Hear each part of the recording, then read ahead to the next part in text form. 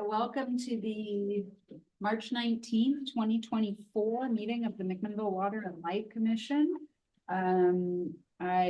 We've already done roll call. I don't believe we need to do it again.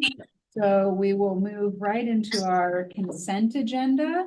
Have all commissioners had an opportunity to review the consent agenda, and would any like to have any item pulled off and heard on its regular place? No, not seeing any. I would ask for a motion to approve the consent agenda as submitted. So moved. I'll second. I have a motion from Commissioner Tankersley and a second from Commissioner Christensen. All those in favor, please signify by saying aye. Aye. And those opposed say nay. And consent agenda passes unanimously. Commissioners had an opportunity to review accounts payable and purchasing reports. And are there questions? No. I had, no, I didn't. Never mind. I figured it out. Thank you.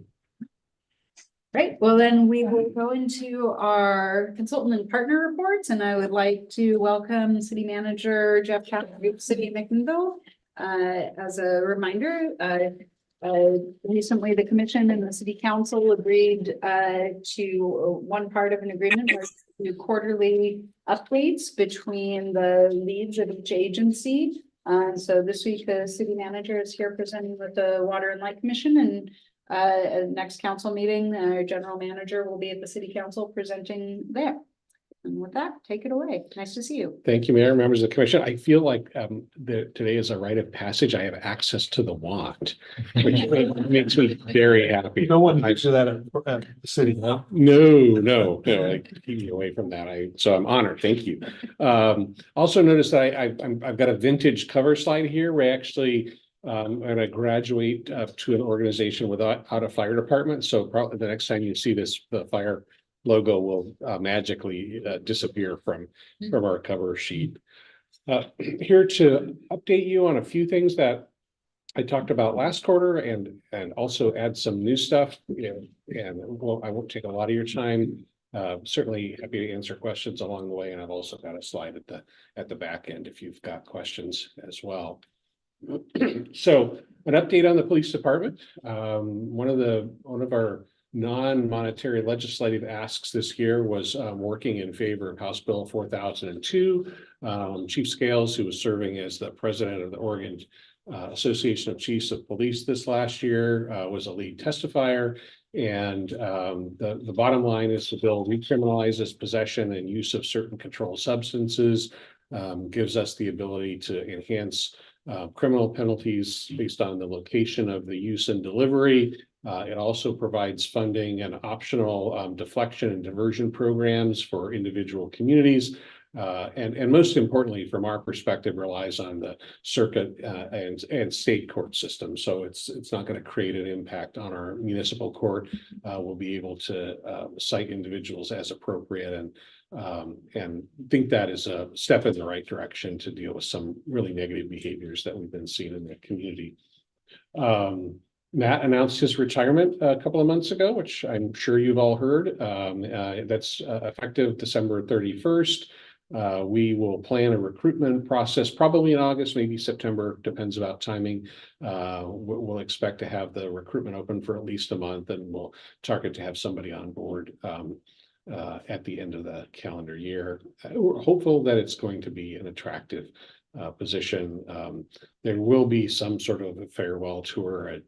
I think it's notable that Matt will have spent his entire 31-year career in law enforcement at the city of McMinnville, which is pretty remarkable, and we're better for having Matt's service. Doesn't know what he's going to do next. My last conversation with him is he thinks being a substitute teacher might be fun. So who knows?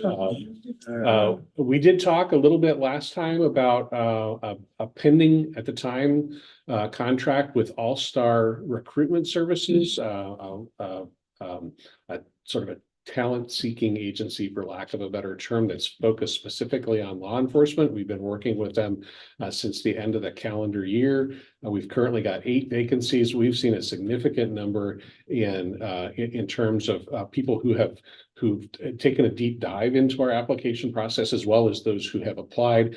Don't have the total number of applicants that we've generated, but we in fact do have a significant number higher.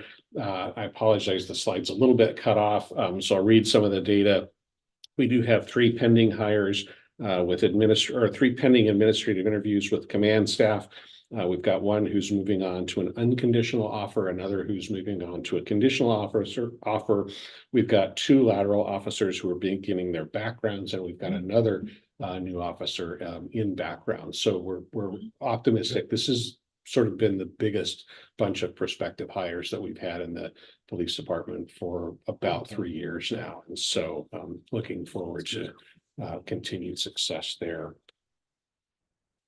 A couple of public works updates. The council had a presentation last week at their council meeting about future facilities for public works operations and wastewater. The primary focus was the opportunity for a shared facility with our public works operations division and our collection systems crew separately. Currently they're separated.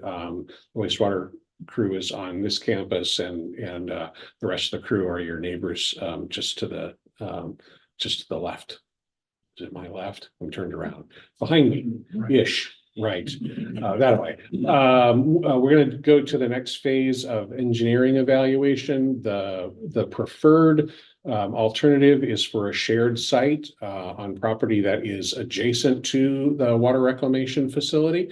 It's about a 6 acre site. We've had conversations with the owners already who are interested in the prospect of selling the property. There's actually a building that's under construction already that can serve our long-range operational needs. We need to go to the second phase of pre-design work to really sort of tighten up the cost and development strategy for that property.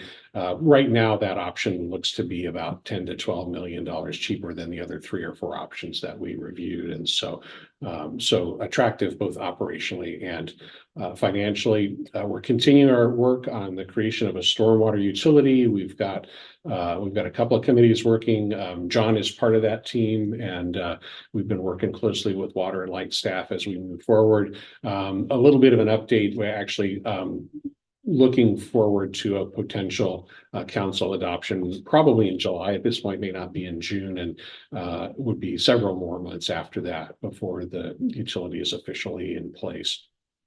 But appreciate John and the rest of the water and lights team engagement on that project. Parks and Rec, the last few days have reminded us that summer is not that far away, even though we're going to get a harsh reminder later in this week that spring's not over yet. But we are already doing our planning for our summer fun, our free and fun activities that we do all summer long. We get many thousands of people who participate in these events, summer concerts, movies in the park, art in the park, fitness classes. It's a great collaboration between Parks and Rec and our library team, and looking forward to another great year of summer fun. We're also continuing our work on our Parks, Recreation, and Open Space Master Plan. That is our oldest master plan. The last one was done in 1999, and we are I'm just going to say really close to moving forward with an adoption of this plan. We've got 7 key goals that have come out of the plan update so far. A lot about equitable access, connections with the community, making sure we have a system of parks and recreation facilities, making sure that our facilities are clean and safe, that there are lots of different kinds of recreation activities. There's a lot of interest in celebrating and preserving the natural environment and doing a better job of connecting our off-street trail assets. And so it's a aggressive and aspirational plan. It will serve the community for another 20 years or so, and I'm looking forward to the continuing work on that. And I think our next trip to the council is in early April to talk about the next status of that plan. We're also picking up the work again on the new rec center. We're getting ready to do our first public polling on the concept plan. That will be beginning sort of any day now. This bullet was drafted a little while ago. We've actually refined the number. I think we've got a work session scheduled at our first work session in April for the council to see the results of the poll. This will be our first chance to get a sense of people's aspirations, not just for the facility, but their willingness to pay for a facility, and will help us decide how and if we need to right size the project. We'll utilize the polling information, work with the council, and then spend the next several months doing what we need to do to refine the project. We've got consultant costs budgeted over for some work to be done this year, some work to be done in early next fiscal year, that will continue the planning effort and look to the prospect of a bond election in May of 2025 at the earliest. We expect we'd probably do another poll to refine the project and do another test on people's level of support. My guess is early in the next calendar year. We have all but completed the transition to the McMinnville Fire District. We did adopt an intergovernmental agreement recently to extend our administrative services to the district for another 6 months. There's a little bit of finance and a little bit of HR time in that, but it's mostly information services work. And we expect there to probably be a fairly heavy lift for our IS team working with the fire district over the next 6 months or so as they take a look at what their best options are for IS services out into the future. I had a chance to have an extended meeting with Chief Godfrey last week. I met him a couple of times in advance. I don't know if he's been to this group. I know he's met some folks around the room. He's a terrific guy.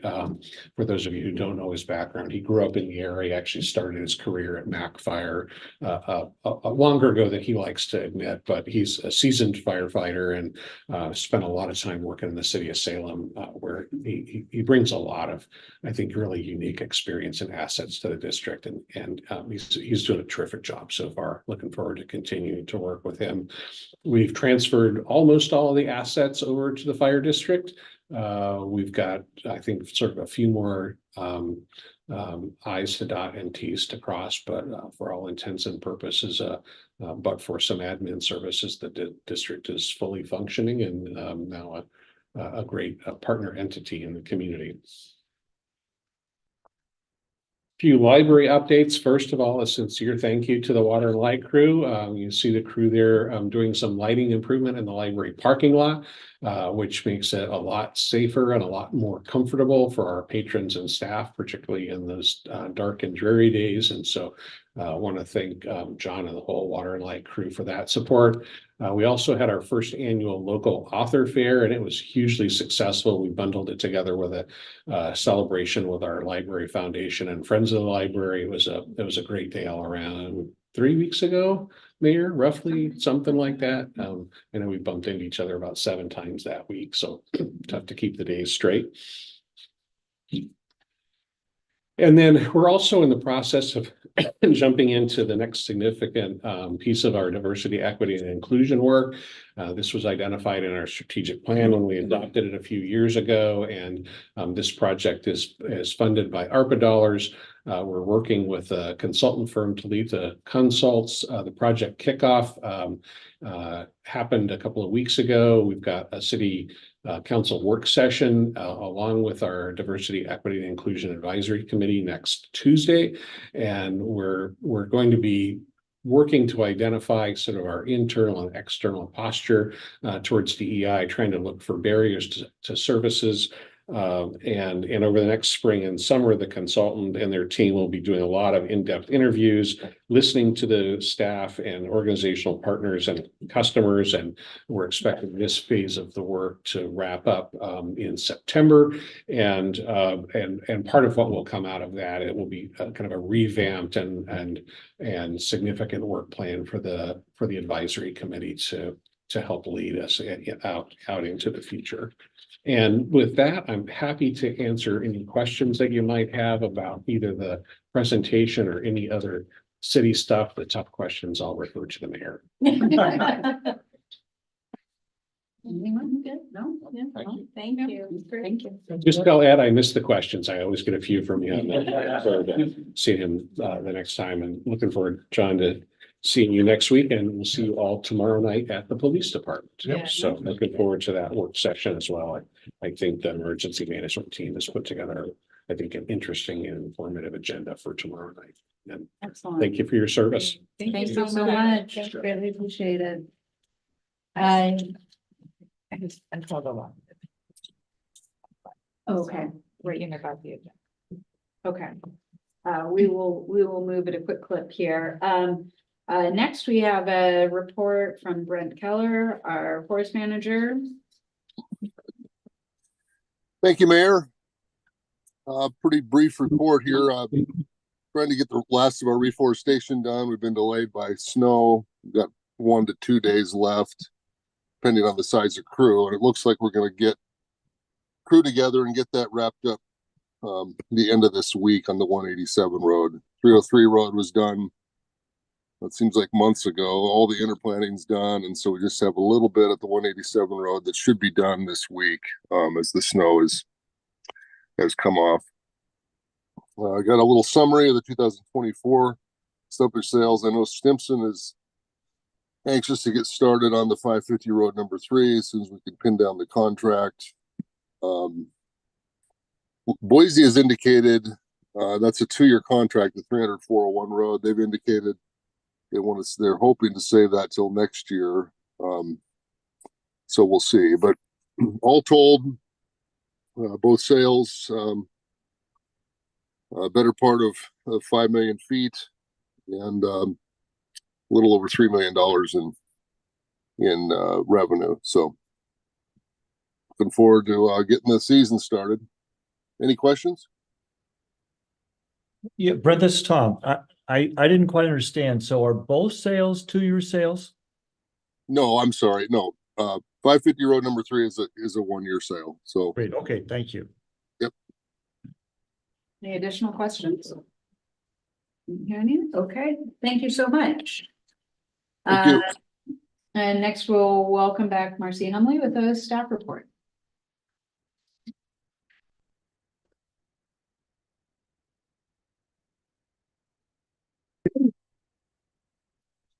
My staff report, staff was asked to research what other utilities are doing for volunteer board members to cover potential out-of-pocket expenses related to training or meeting attendance. So the question was, do other boards pay a monthly stipend or a meeting stipend? So not related just to the month, but to the particular meeting. Or do they pay when a stipend when people go off for training? Or do they pay actual training and travel expenses? And so I did call the other utilities that are similar to us, eWeb, a Springfield Utility Board, and Canby Utility.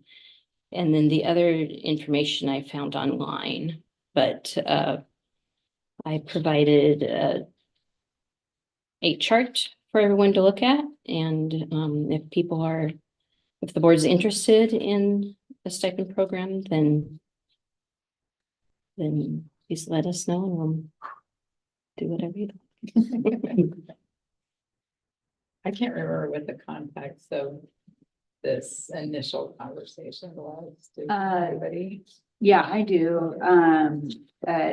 This came up as kind of an equity issue in evaluating ability to serve on boards, and that when there's no per diem for travel. So if you're taking a day off of work or needing childcare, et cetera, that there's kind of a limiting factor, a barrier to service if the demands that you have a certain income level essentially to be able to serve on a board when there's no type of offset or compensation. And so we decided the best place to start was to kind of evaluate industry standard, and that's the premise of the conversation. Always appreciate your great memory. I don't have that. So, yeah. I think that makes sense. Does the city have anything like that? Not currently, so Jeff's already out the door. Not currently, but we have a much larger volunteer base at the city. We have over 1,000 volunteers that make the city tick, including mayor and councilors. So we are also looking at how do we offer some compensation, but we're not starting with that with the small group of volunteers of mayor and city council. We're starting with that, with looking into that broader, that broader set of, when we are asking for people's time, et cetera.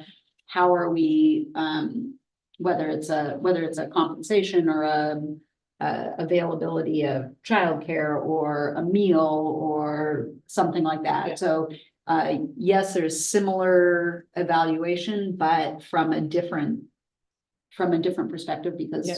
here we have a very small group of volunteers. I have a couple of questions. It may go without saying, are these volunteer stipends, so someone could say no to the stipend? So it's self-selecting into the process. There's one of these utilities where a board member is opting out, and then there was another one that said that you could opt out, that they had an opt-out provision in there. I think Canby has a person who is opting out currently of their stipend, but it depends how it's written. So if the commission chose to write some type of policy, you could have an opt-out option in there. I want to make sure that doesn't create, we want to be careful on the language and the program. If we develop something like this, we don't want to have unintended consequences. In other words, if someone opts in, we wouldn't want them to feel Right, that's not part of the commission because they've opted in and maybe someone opts out, right? We want to make sure that it feels inclusive in the process, but that we don't want to create the for sure. unnecessary pressure of someone choosing, well, I'm not going to opt in because I'm the only one opting in, right? We don't want to create something like that. I think this is incredibly important. It may feel, maybe said that this, I'll speak from my perspective. It may feel like, wow, why are we talking about this now? This isn't about now. This is about the future of the commission. We think in 100-year terms, right? So we need to think about this, not about ourselves, but about a future commission. And if this allows someone to choose to apply or participate in this commission, I would want to have that opportunity open to people. It's a big step to say that we would support someone in this way if we needed to. I don't know what the dollar figures are. I don't know what that looks like, but I support this. Just in principle, I think that it's the right thing to do. Particularly with the work that I'm participating in the organizational assessment for the city, and just thinking about, it's not in this moment, it's in the future, what the future looks like, and be a more representative space and a more representative body. We want to make sure that we have those opportunities for people. So that, I don't know what it all looks like, but I do think it's the right thing to be thinking about to make sure that we're keeping opportunities open for people to participate. Yeah. I'm of similar thought and doing, even though we have a different appointment process here than at the city, I do a very large volume of interviews with potential commissioners and committee members for other committees and commissions. And so I hear regular feedback. I interviewed a planning commissioner that was reapplying for their position, and they're a single parent. They talked about, with 2 kids, they talked about, the important that they talked about their childcare costs when they would leave, and that sometimes when they were going to meetings, and this will be familiar, they thought that maybe they were going for an hour and a half or 2 hours, and they ended up being gone for 3 and 4. And so, that was a large impact. We heard it a lot in our recent work with Unidos and MEDP, that there was a really large barrier to participation of getting attracting the Unidos clientele, which is primarily Latinx, into some of these meeting spaces because of a complete lack of compensation. And then, from my real time experience, of course, luckily I'm the owner of my company, so my salary doesn't take a hit, but I would, if I was an employee of my company, I would have long overmaxed out my PTO for travel. And then, the real out of pocket expenses. My house sitter was, multiple hundreds of dollars recently. So there are real financial implications. And I think that kind of is a value system going forward, having some sort of offset, if it's not payment for time, that it's not costing people money to volunteer, is an important precedent to set. I'm sensitive to the city going through this process and us not getting in their way. I heard Jody say that this is for the future of the Water and Light Commission, it's not an immediate problem. And I think that rather than us doing something, which might be, if you look at what other utilities do, it's either nothing or quite small. On one of the 2 that do something, one of them was $40 and the other was $150 or $200. So, either one of those numbers is probably a problem for the city. One too low, one too high for the city, for all of the different groups and committees they have. So I would be much more comfortable. And Jody, I hear what you're saying about making it possible for people to serve who couldn't serve otherwise in the past. But I'd be much more comfortable if we see what the city does first. Well, we're not at I think my pushback on that would be that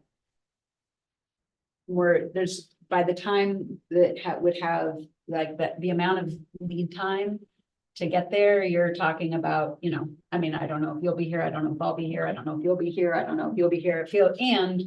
And it's a very different setup. So I think that's. Had me still here. Did you notice? Oh, did everybody? I just want to be really clear. Very shocking. And to say we're also that's also just a very early conversation. If there's budgeting, where would the budgeting come from? It's not even into the budget. The council hasn't approved it. It's not a for sure pathway. So I think it is important to take it individually. And to your point on the amounts, I think that's exactly the point. This is not payment.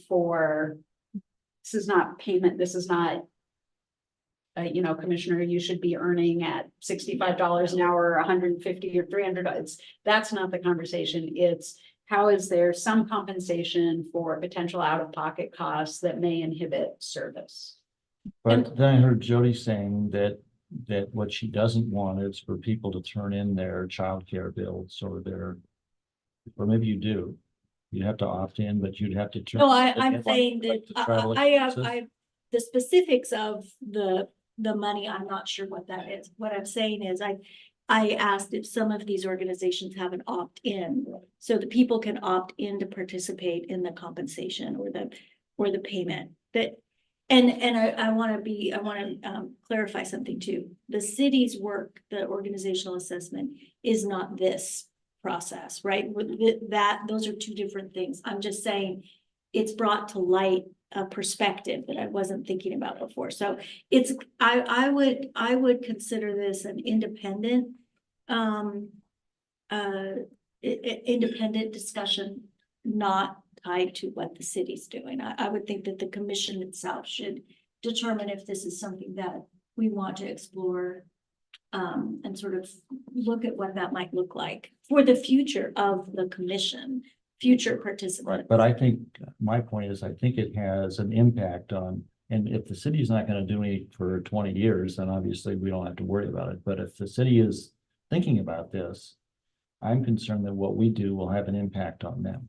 And that they may not appreciate that. We're not being a good That we're partner. setting a precedent in some Yeah, way. if, I remember years ago, there was tension between the city and Water and Light because our comparable positions paid more. And there was a problem with that. And so I'm concerned that if we, and maybe we don't anymore now, Marcy, but there was a time when we could afford to pay more than the city could in the utility business. Employees, the same basic function demanded higher wages. So what I don't want to do is unnecessarily, since this isn't a problem right now, I don't think, unnecessarily kind of muddy the waters for the city if it's thinking about doing something now. Now, if it's not thinking about doing something for 20 years, then obviously that isn't a factor. I would separate the two. I would separate the two and look at our industries. And I think that if and whenever we do get to that conversation, I mean, at the city level, it'll be so different. Where we were talking with, our new public works director yesterday, Jeff Hunsaker, and he asked me something about, he said, do you know, he used to work in Beaverton. He said, do you know our mayor? And I said, well, or former mayor. And I said, well, I've met her a couple of times. And I said, but I do know what she gets paid because it is so varied. Yeah. I don't know if your mayor gets paid in Lafayette or not, but it's really city to city. So Mayor Ressiker in Newburgh, he recently asked me what my monthly stipend was as mayor. And I said, I'm a volunteer. He said, no, so am I. I forget what he said, if it was $300 or $800 a month. And I said, I appreciate that. And but no, there is not compensation. So when Jeff Hunsaker asked me if I knew his mayor, I said, no, but I do know what your mayor gets paid because she gets paid 6 figures. So there is a broad range in cities. And so my point is, if and when the city gets to that point of evaluation, it's going to be a broader and very different conversation, right? Because there are many different, do you have a strong mayor or do you not have do you have what are all of the other components? And I think that here, if you look at this list of other utilities, utilities are either doing some sort of small compensation, $275 a month is what Northwest Public Power Association said in their survey is the average. And that was with 5 out of 9 responding utilities. So, to me, this is a practice you put in place. I understand it's uncomfortable. I also understand that there's thinking of, well, then that makes it not volunteerism. I don't necessarily support that thinking because this is not payment for your time. This is not making you pay to serve, essentially. It's reducing the cost to serve. It's reducing the cost to serve. Yeah. Well, I feel like there's a reason to, continue this conversation. I feel like we are, going to be, perhaps in the next couple years looking for another commissioner on the Water and Light Board. And I think that's a good time to talk about who's going to apply for that role and, how is that going to, what are going to be the challenges for some people that would like to do that? And, how do we get the broadest amount of interest? And in being part of Water and Light. And I think that this is that is definitely a big part of what allows people to volunteer or not, is feeling like they can do it without hurting their selves or their family, especially financially. So, I mean, I think it's worth some more discussion, and can we make a place for that, or just put it on a future? Do you want us to draft some principles or some, I mean, what direction does the commission want to give the staff as far as? You want us to come back with some thoughts, ideas? Coming back with a recommendation would be an appropriate place to start. Yeah, and I think it can be a beginning, not I think it could be an approach that we try, and then we might build on it. So yeah, I think if you felt comfortable coming back with a recommendation for us, something to just react to based on this commission's desires, do you feel like you have the information that you need? I would much prefer someone said some ideas, Okay. that we look at some ideas rather than have a yes, no vote on, and I don't think it's fair to the staff either, frankly, to ask them to come up with a recommendation. I think they can come up with We can come up with some points. some Yeah. points and some Okay. ideas for us to look at, but I don't think it's. So the monthly amount, I mean, one question we have is, should it apply immediately or should it apply to commissioners that become, down the road as new appointments happen, things like that. So that it doesn't look like, it's potentially a conflict. Hey, all of a sudden you're voting yourself in dollars. Yeah, well, no, right. Yeah, I mean, just trying to be as transparent as possible. I like that. I like the idea of ideas. So Yeah. trying to come up with, maybe just a list of ideas that we can come back with to the commission. As far as here's some thoughts on what something might look like. Does that seem? Yeah. Reasonable? Mhm. And we can work on, coming up with a list of, here's some thoughts for the commission to consider. Great. Yeah, Okay. great, thank you. That gives you. Thank you, Marcy. Yep. Thanks for doing all that research. Thank you so much. And, let's see, do you mind if I reorder these at all? Just because we have the city of Lafayette here, so why don't we respectfully, let's start with the amendment to the city of Lafayette, water purchase agreement. And Roman, do you want to join us up here for this conversation? You can pull another chair. We have a chair down there. Yeah. Or join us on either side, however you like. Option as I need to. Thank you. Nice to see you. Thanks for being here. Thank you, Mayor, So- John, Commission. I don't know. So Oh, maybe- yeah, so should we do some introductions? Why don't we get everybody familiar here, at least around this half of the room? I'm Remy Drapkin, the mayor of McMinnville. Jody Christensen. Tom Tankersley, Commissioner. So I'm Sam Justice, I'm General Counsel.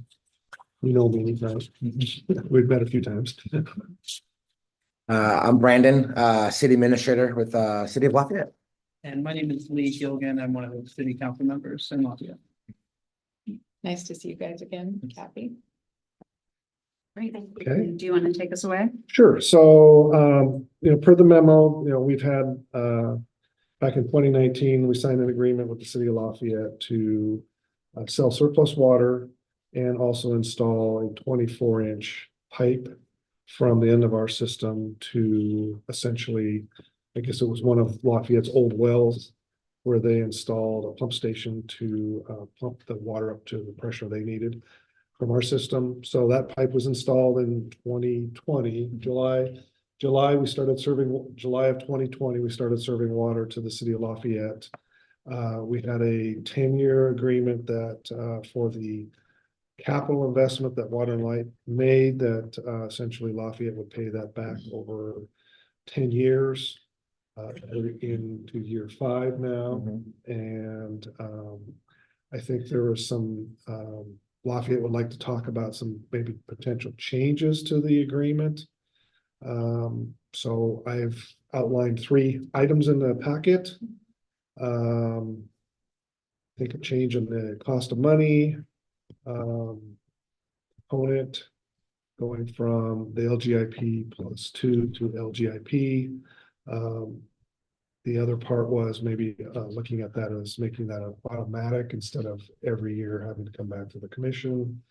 And then I think the other item we looked at was smoothing the payment, and particularly the principal, and letting the interest rate float with the LGIP. So I'll leave it up to you guys anything you want to add to that, or? I can kind of kick it Sure, off if you go like, ahead. John. Thank you again, Commission, for allowing us to be here today.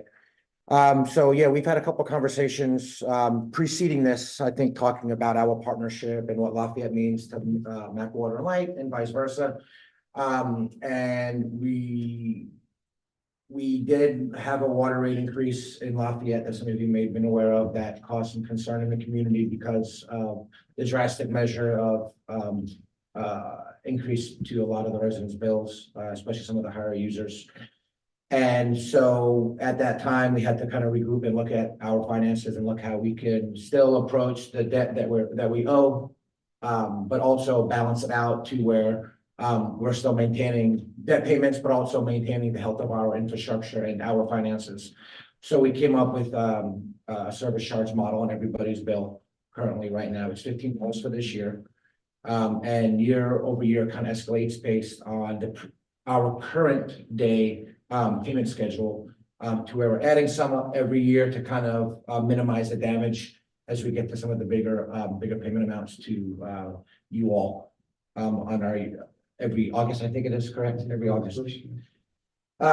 So we wanted to kind of look at that mindset when we wanted to at least bring something to you all, because anything that were to happen, and currently right now, the interest rate will be going up here in year 6 to 7.2%, because the LGI is 5.2 plus a 2% admin fee, which is standard across most private loans.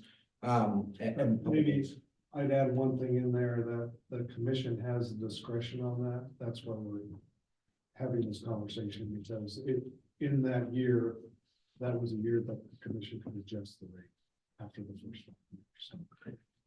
And so we've been paying about 1.3%, which obviously is a lot lower than the current market rate. There were a few months where that, benefited you all versus us in terms of, the interest rate structure. But right now, the interest rates, is that it's high as we've seen in a long time. That kind of puts us in a weird predicament, because even if you all continue to, move forward with the interest rate as it currently stands, at any moment you can change that, or direct staff to discuss with us, hey, what's next year's rate going to look like? Or if you can actually raise it at any time, technically, which you're being green by not doing that for year 6, after all this. So we're looking at just kind of keeping that clean, because for budgetary purposes and for our residents, we'd like to at least keep it even to where we know every year on the anniversary date what our interest rate's going to be, so we can properly let our residents know, hey, interest rates looking down this year, looking up, so we're preparing for it. We can kind of be transparent with that in our budget, so we don't have to worry about fluctuating every quarter, every half year. But also looking to spread the interest payments with the principal to an even smooth payment year over year. So while we have to manage the higher interest rates or lower interest rates, we can at least have them spread out year over year. So currently, we have some pretty major jumps, year 7 and 8, that are well over, close to $400,000 with the current model. If the current interest rate stays at this, the 5.5% year over year, that would pretty much be fluctuation to our service charges year over year, to where upcoming councils can kind of be hurt a little bit of just how to forecast that. And year 9 and 10, that's going to be a hard conversation to have. So we really want to see, by due to the increases, if you can at least work with us on that, I think that would be detrimental to the city if we have these complete fluctuations every quarter, every half year. It would hurt us, but then it would also hurt, it would hurt just that long-term partnership that we're looking to gain post. This. Excuse me, I had a question about the third point. Yes. And as you just touched on about smoothing things out. So would that mean you would pay more earlier? So you pay less later? I think that's the way it was worked out, that we would, all of it would be, I think there was. You'd amortize it? Yes. So this year, year 6, we go up to $294,000 in our current model. And what we're proposing would be similar to 294, years 6 through 9, and then a little smaller years 10. I think in the current model if the interest rate does reflect the 7.2 with the 5.2 plus a 2% admin fee, there was a year, it was like 390. And that year, I think it was year 8 and 9, that would really, really hurt us. So we're looking at possibly smoothing those payments over that amortization schedule to where they consistently, by paying it off some of it early, to where it's Okay. consistently. That's, Yeah. thank you. That's Yes. what my question was. Okay. So to make sure I understand, what you'd like us to do would be to fix the rate at either the current LGIP or fix it so we just has an automatic change every year to the then current LGIP. Is that correct? Correct. So.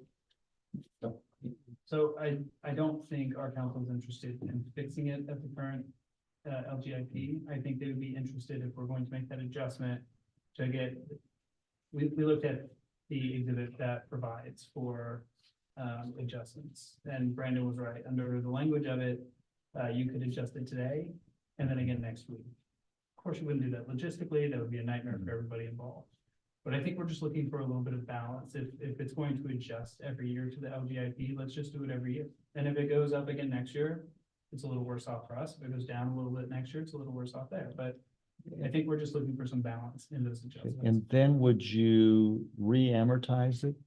So in other words, let's say the rate goes down.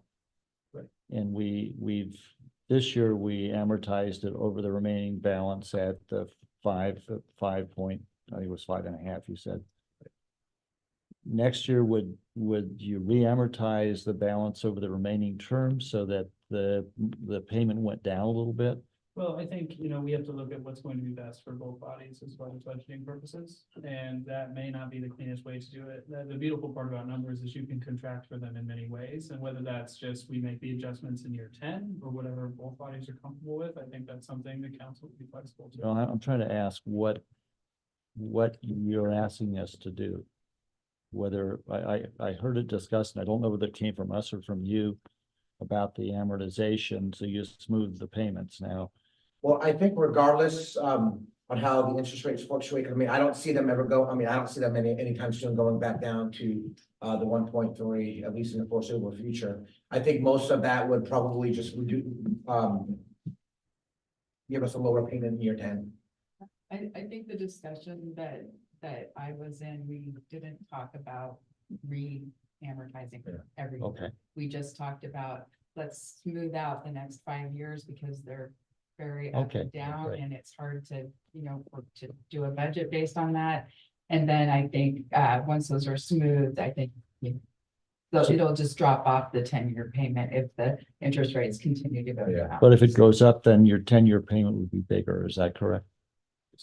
Yes, but hopefully I think, this is kind of, these interest rates now are pretty high. So, I don't foresee that. Who knows how the market Okay, goes. but I just want to But yeah. understand what we're talking Yes, about. yes, Is all. correct. Yeah. But you'll see it coming if it's changing year after year. You'll see.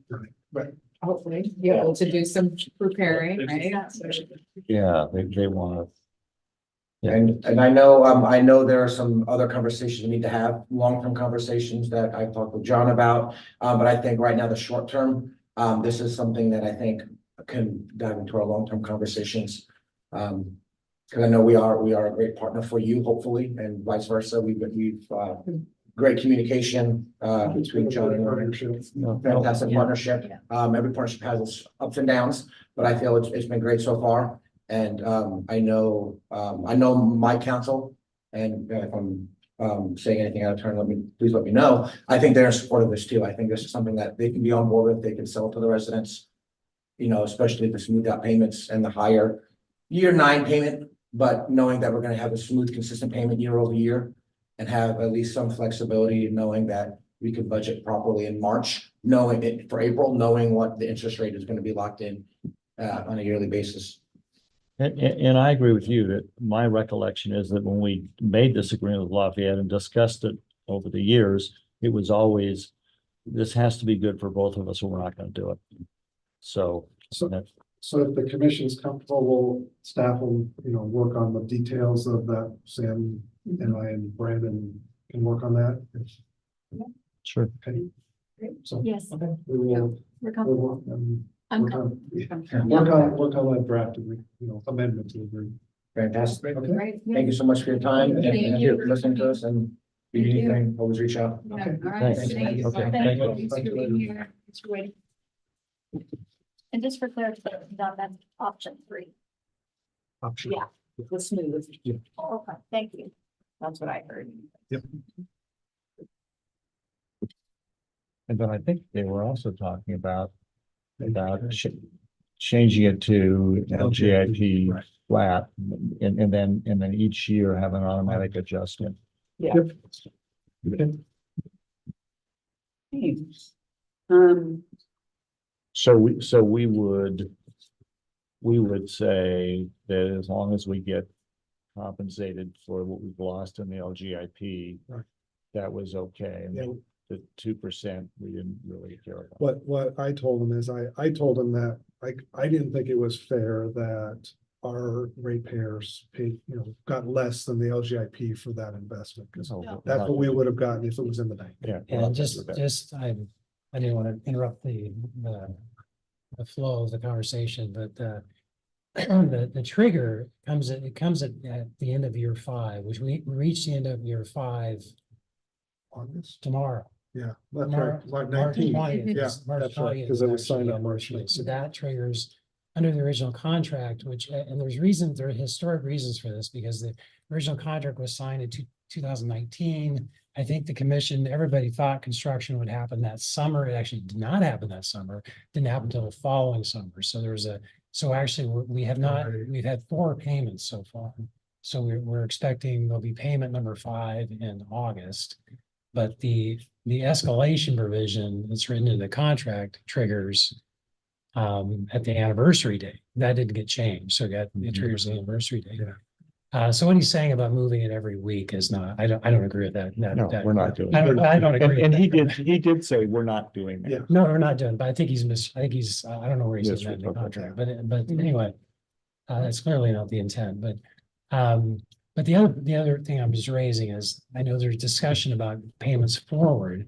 If the commission does nothing at this point, the payment schedule will just remain the same and the payment in August. So there's a payment coming due in August. So that's payment 5, and there's 5 additional payments annually after that. But we're also stuck with the 1 It's 3%. 3.3 right now. Well, it's 1.3 plus 2. Okay, the 3.3%. So if you do, I mean, absent some other change, that's what the next payment will be based on, or the payment that drops August 1. I just want to make you clear that. And So under option 3, they would actually increase the August 1 payment from what they thought it was going to be, right? are we talking about August of 2024? Yes. Well, actually, the way the contract is written right now, it's a provision that hits the cost of money hits at the time of the payment. So I'm not sure, No, but I mean, the principal would go up because you're smoothing those payments. And For- to smooth for what's the contract say the payment is in August? It's It's actually relatively low like, it's principal. like 207,000. Yeah, it's lower than the 290. Yeah, so yeah. the payment would go up to, If the payment went up, Yes. yeah, it if would, we're gonna amortize it, Right. yeah, smooth it like they're saying, that payment would go up now then. that could happen. I mean, if Or- we're amending the contract, we could But do that. but this is just the fifth payment. This that's is coming just the fifth due. payment So that's they coming. could pay an option might be to pay the fifth payment where it currently it's correct. sits. Amortize out the rest of Right. it, Yes. using the higher, which I think was the gist of the conversation. Yeah. As I understood it. well, but- Smooth is raise the next payment. to a higher. Yes, Oh, I so, see. Okay. so change the LGIP and then Right. then Correct.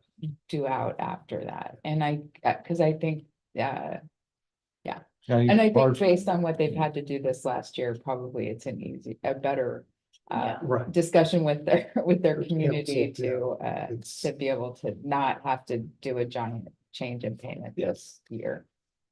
Okay. To be able to keep the same payment that they had planned on. Okay, doing you're, this you're year. thinking keep the same payment Yes. this year. I mean, Okay. it was in their budget. In their I'm budget, sure. right.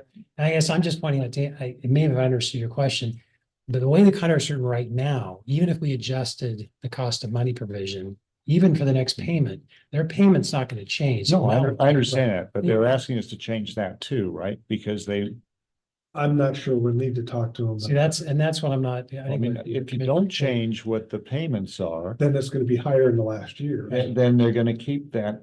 Right. The big difficulty, cut. the difficulty the Commissioner Tate's raising is they've already gone through they're already into their budget process. So if they. Okay, so maybe they don't wanna, Do they don't this wanna one year. do the amortization until the 2025 That's what payment. I was Until year thinking six, was this is gonna year happen. five. And that, Because now that they- will make those last It will payments make the last. much payments. closer to what they're gonna have to pay anyway. Right. under the Right, current and agreement. then they can put that into their budget as accurate numbers as opposed to something Yeah. that. Sure, that makes That's sense to me. Yeah, I've looked, I mean, I've looked at this with Mr. Dunmire Fair. It's deceptively confusing. Yes. It is, it is. That's The way it was structured is just, it's confusing. It's confusing. I gotta laugh out of Mr. Davis out there. Okay, so that's all, that's all. I Okay, got. I just- great. Thank you. Thank you. We will now go to our utility rate analyst, Janice, to talk about UFS personnel services contract. Yes, thank you. Good evening. Tonight, I'm here to present the staff recommendation to enter into a personal service contract with Utility Financial Solutions to perform a water cost of service analysis and rate design. McMinnville Water and Light has typically performed water cost of service updates every 4 or 5 years, and UFS performed the most recent cost of service update in 2022. However, with the volatility in material costs, lead times, inflation, capital project forecasting, etc., it's staff recommendation to update the water cost of service model every 2 years with current information to ensure that MW&L is recovering its costs, including capital expenditures, O&M expenses, and risk. Doing this every 2 years would align us with the electric cost of service analysis. Those are also done every 2 years, and we would alternate those years. 1 year we would do electric, the following year we would do water. This is a personal service contract exempt from competitive selection under the Commission's contracting policy. UFS has provided MW&L with cost of service analyses and rate designs since 2011. And Mr. Beauchamp, president of UFS, has over 30 years of experience in the utility environment.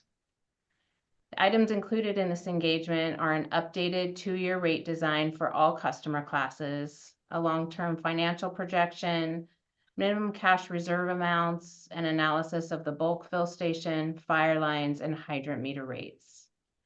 The staff recommendation is to award the personal services contract to UFS to perform a water cost of service analysis and rate design for services that total $21,500. I'd be happy to answer any questions that you might have. So Trina, when I look at it, he's talking about the project approach, development of key targets, outside city rate structures. Now, early on, we had a discussion with him about the wholesale sales. We don't need any help on that because those have already been negotiated. I do not want to open that again. Yep. And so, does he understand that still? I hope. He does, Okay, yes. great. Okay, thank you. Seems like a good idea. Okay. Any additional conversation? So as you can see in the action, okay, so you see in the action item requested, staff is looking for a motion of finding, but based on finding it being most advantageous to Water Light under the contracting policy, award a personal service contract to Utility Financial Solutions LLC to perform the cost of service analysis, rate design, and direct staff to prepare the necessary contract documents for a contract not to exceed the $21,500 and authorize the mayor and clerk to sign. Have a motion? So moved. I'll second. I have a motion from Chair Tays and a second from Commissioner Christensen. All those in favor, please signify by saying aye. Aye. Those opposed say nay. And the motion passes unanimously. Thank you. Next, we're going to welcome back Marcy Humbley. My goodness, this is your meeting, that's it. It is time to talk to us about a new paid medical leave tax service agreement. Yes, thank you. As the commission may remember, last April, we brought some tax service agreements for the agreement that we have with the Hartford for paid leave benefits. When we did that, we brought two tax service agreements. So one of them is for personal medical benefits for yourself. So if an employee has an illness and they go out on leave, that agreement will pay for that kind of coverage. The second agreement covers things for family members. So that's the paid family leave coverage. And so we signed those in April, those two agreements. Then paid leave Oregon went into effect in September, and this agreement went to into effect in September. And at that time, we started receiving contributions from employees, and we have a match. So we pay a portion of that, and the employee pays a portion of that. In October, the Oregon Department of Revenue issued a letter, and that letter stated what the tax requirements were for paid leave Oregon. There was some confusion about what the taxable benefits would be for that family leave program, and also for the medical leave program. And Hartford has come back and said that on the medical leave program that they would like us to sign a new tax services agreement. So although we do state in there, we have comments about that they would provide a FICA match service for us for the tax benefits. The wording in the first paragraph says that benefits are at 0% taxable, and that isn't correct. That doesn't match the rules. The rules would show that it is 40% taxable. And so this is so staff's recommending that commission approve Hartford's revised paid medical leave tax service agreement. Any discussion? And if not, I didn't. Yeah, I have a quick question for Sam. Is this just between us and Hartford? Do our employees have a say in this? Have we told our employees that this is the tax-free benefit, or? No, no, Okay. the family medical leave is 100% taxable. And when we've been asked, we've stated that that is taxable. Okay, so no one's relied on us telling them No. Something else. Okay. No, Yeah, no, thank not at you. all. Okay. Yeah, I think maybe I shouldn't, I should add to this, but I think maybe it's part of the confusion is dealing with this as an employee, an employer paid benefit. I Mhm. think that may be the reason. I think we had this discussion that because it's partly an employer paid benefit, that portion of it's not taxable. And I think they were treating, it may have been treating as 100% employer paid benefit, which their like Okay. your insurance benefits, your Right. healthcare benefits are not taxable. Right, okay, I So see. there's, that. and I Okay. think this has been a generally, and even how people buy this stuff, whether they're self-administering it, whether they're doing it through the state of Oregon, or they're doing it through a third-party administrator, there are different ways to satisfy this program, and it's maybe not the same in the various scenarios. So the employee pays 40% and we pay 60%? We pay 40%. 40%. Yeah, we pay 40, so that's why they're paying taxes on, or no, it's On the 60%. And they pay the 60%. Yeah, Then why is the tax I don't rate know, 40 based on your, based on my, Description. maybe I'm wrong, but that's how I kind of understood. Maybe that does Yeah, sound, so the Oregon Department of Revenue said that medical leave benefits or maybe I have it are upside down. taxable based on the ratio of employer contributions to total employer and employee contributions. Based on that's employer that ratio then, yeah. Huh. Huh. That's, Okay, maybe my analysis is wrong. I thought that's what it struck me as. See, I should have said nothing. There you go. I think when we ask you a question, you have to answer it. Okay, but in any event, do you have any other questions that I can confuse you? I do have we do have a resolution if you want to adopt this. So do we know if it's 40% or 60% or? It's 40, it benefits are 40%. 40% taxable. And that's what our agreement with Hartford says, and that's what they're telling us based on our best, and that's what the rule provides, The Right, benefit is right. 40% taxable to the employee. right? Is that, and that's, Well, so the FICA employer Social portion, Security, yeah, right. Social Security is Mhm. gonna be on there, yeah. And then they can, they make a choice if they want any kind of Deduction. deduction to come out for the state. Is that gonna be a change to what they're currently seeing coming out? They are, so we've had two individuals that have had the medical, It's only if they use it. Right. Okay. Yeah.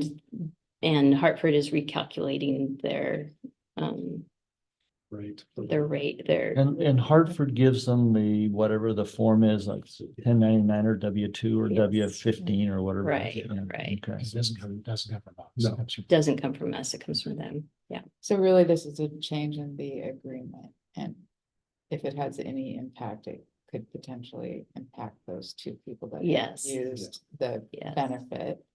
But it doesn't sound like it'd be a significant, I don't know how much they use the benefit, I guess, but it doesn't sound significant if it's only FICA. Is it only FICA? It's, I mean, it's FICA, it's gonna, But they use the benefit in this year. So they haven't paid taxes on it yet, right? Or one did and one didn't. right, one, okay. right. Because some people have used it for the family coverage, and that was 100% taxable, and that was done, processed correctly. Okay. We have these two employees that have the Okay. medical. And in any event, if the numbers are flipped, it benefits our employees, doesn't hurt them, right? The employer pays tax on 40%, not 60, right? So we're not hurting our employees by being confused by this. Frank, I was speculating as to why it just made sense. It made sense to me as I was trying to talk through with Marcy, why is this happening? But I should not sure if that's the reason. The bottom line is we're required to. Yeah, I think we are. Yes, So Okay, yes, the change gets us in compliance. yes. And we'll figure out the numbers later, Tom. You. It's also a very new system, so Yeah. more Yes. changes to follow, probably. More to come. Yeah. Yay. Okay, so resolution number 2024-4, a resolution by the Water and Light Commission of the City of McMinnville, Municipal Corporation, State of Oregon, approving tax services agreement with the Hartford Financial Services Group Incorporated. Do I have a motion to approve? So moved. I'll second. I have a motion from Commissioner Tankersley, a second from Commissioner Christensen, and I'd ask our clerk to poll the commission. Yes, Mayor Dropkin, Aye. Commissioner Tate, Aye. Commissioner Tankersley, Aye. Commissioner Christensen. Aye. And the resolution is adopted unanimously. Thank you. Thank you, Marcy. Thank you. Thank you. That's next. Next, Chad Hudson, purchasing manager, we talked about the Miller property. Condition of farm lease. Thank you.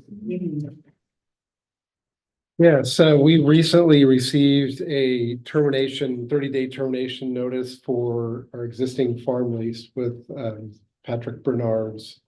He leases the farm around our facility here. We bring this in front of the commission. There is a 30-day notice clause in the contract. It's supposed to be renewed October 1st of every year. And we did not receive payment this last year. I had a conversation with Mr. Bernard's, and he was he voiced basically what he put in his letter, that he was concerned, and it's greatly reduced his production.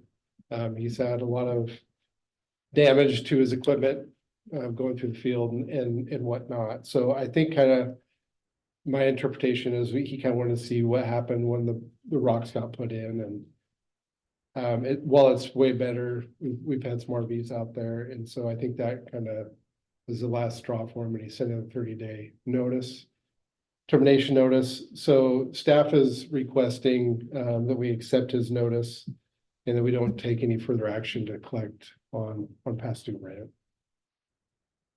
So is with farm leases, as I remember, there's always a deal about something called emblements and the farmer having the right to harvest. He's giving that up. Is that the deal? And will that be specified? We can clarify that with him. Yeah, I think we haven't could gotten to clarify that it, because I don't, yet. I don't want to be in a situation where we say, yep, you're out of it. You don't Yeah. have to I pay mean, he doesn't anything. have, I mean, those are usually annual crops. He doesn't have like a 5-year grass seed planting. But there's something growing there now, isn't there? Yeah, it's like red clover, so I just signed. Yeah, I mean- Yes, you're right. Yeah. So if I'm fine with it. I feel really bad for him, but I want to be sure that when it's over, and we don't face another liability here. Right, and I guess what I'm suggesting in the motion is we don't waive rights under the lease. We just don't take action to collect. And Okay, but well, and we can ask for waiver of emblems as a Yeah. matter of. yeah, I mean, that he has no further rights to Right. be on the property and Right. to do anything. Yeah, Okay. okay. Okay. Thank you. Unless somebody else has a question or comment, then I move we accept staff's recommendation The with this motion, understanding. You have a motion. Yeah, so this is a motion to accept the notice of termination of farm lease from Mr. Bernard's, approve the termination of the lease, subject to would it be a A waiver? termination Termination agreement where he waives any further rights to the property, including implements. Okay, a termination agreement from Mr. Bernard's, waiving further rights to implements. And otherwise not directing staff to take no further action. we have a motion from Commissioner Tankersley. And a I'll second. second from Commissioner Christensen. All those in favor, please signify by saying aye. And those opposed say nay. The motion passes unanimously. Thank you very much. Is next up again. So, can I ask what you think will happen with that property over there if we We're gonna have to maintain it We're gonna have to somehow? hire somebody to mow it. Yeah. Yeah. Because we want to keep it mowed down for fire Yeah, issues. with the same issues, however, of finding things. in it. Yeah, although, Not the harvesting. yeah, not the hard, but also the mower will probably not really care what they put out there, where, your swather is Mhm. gonna damage the head. The mower will chop up whatever. And I assume the city would prefer that we not lease it to someone else. Well, that right? was that was my thought too, if we're in the MOU with the city right now for that portion of the property. Maybe they want to mow it. If we're holding it up the market for them. Yeah. And not. So, You probably have some time on the weekend. To mow. yeah, Just that's kidding. fun. Yeah. No, I don't think that's the mayor's job. I think the newest council person. I don't think we were I was, suggesting that you would, well, unless. I think we're looking right now at May of 25 Yeah. of having a ballot, something on the ballot for for putting out to the voters if they'd like to move forward with the Parks and Recreation facility and which would be the trigger for the city being able to purchase the property. Is that the actual bonds or is that just, No, just a? That would just be, Interest? that would just, I Anybody think else that wanna would do just be something? putting it out to the voters. That wouldn't be initiating any process beyond voter approval. But the voters to be approving the bonds though. right? The voters should be. Oh, approving the No, bonds. it was- Yeah, sorry. it's actual financing, okay. Okay. I'm very disappointed about the next one, picture. I know. So we're going. Do you have a picture? I don't know. I got that question asked today by an employee. Jim, you want to drive it, right? No, I don't want to drive it. I just want to. She's gonna drive the mower. There's a We good can one. rotate schedule. Commissioner Mowing. Oh, yeah. Yeah. Okay, so we're gonna move from some bad news to good news. Let's talk about our dump truck purchase. Yes, we have been gathering quotes for capital budget for fleet capital budgets coming up for 24-25. One of those items in that budget was a dump truck purchase. Kind of the whole story that we've been bringing to the commission is the availability is really limited. And that was the story when we started digging into it.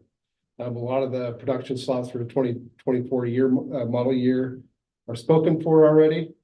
And in 2025, there's some changes that are coming into effect where they're going to be basically on a quota system or voucher system that'll limit the amount of diesel engines that they can produce. During this process, however, we did, we're going back and forth with the vendor. There was a truck that opened up. Right now, it's just a chassis, doesn't have a body on it. It's available to purchase. And he said, if you don't hop on it, it's gonna be gone because people see what's happening coming up in 2025. When did he say that? I didn't. What's that? When was that conversation? That was Thursday. This is like late, this is like hot off the press type stuff. It's still around if still we vote around. to do it today. Yeah. And so, if approved, they put a body on it, we can still make some changes on that. So we are recommending, to purchase that 2024 International Dump Truck for $205,274.43. One of the things that we did mention when we had the budget presentation last month was the exploration of DEQ grant. This would not apply. Because we're purchasing it before and we'd have to pay for it before we even ask for the grant. Yeah, so we do have a couple other fleet assets in our fleet that do apply. And we can look for those, but this would not apply. I just want to be clear about that. Thank you. So Okay. if it is approved too, we'd also like to declare fleet asset 588, the 2000 International dump truck as surplus. Would you like that as two separate motions or one? Yes, please. All right. I would entertain a motion to approve a purchase of a 2024 International HX 620 SBA dump truck from Peterson Trucks Inc. for $205,704 and $3 and $205,274.43 via the state of Oregon price agreement number 1641, available to Oregon Cooperative Purchasing Program members. I so.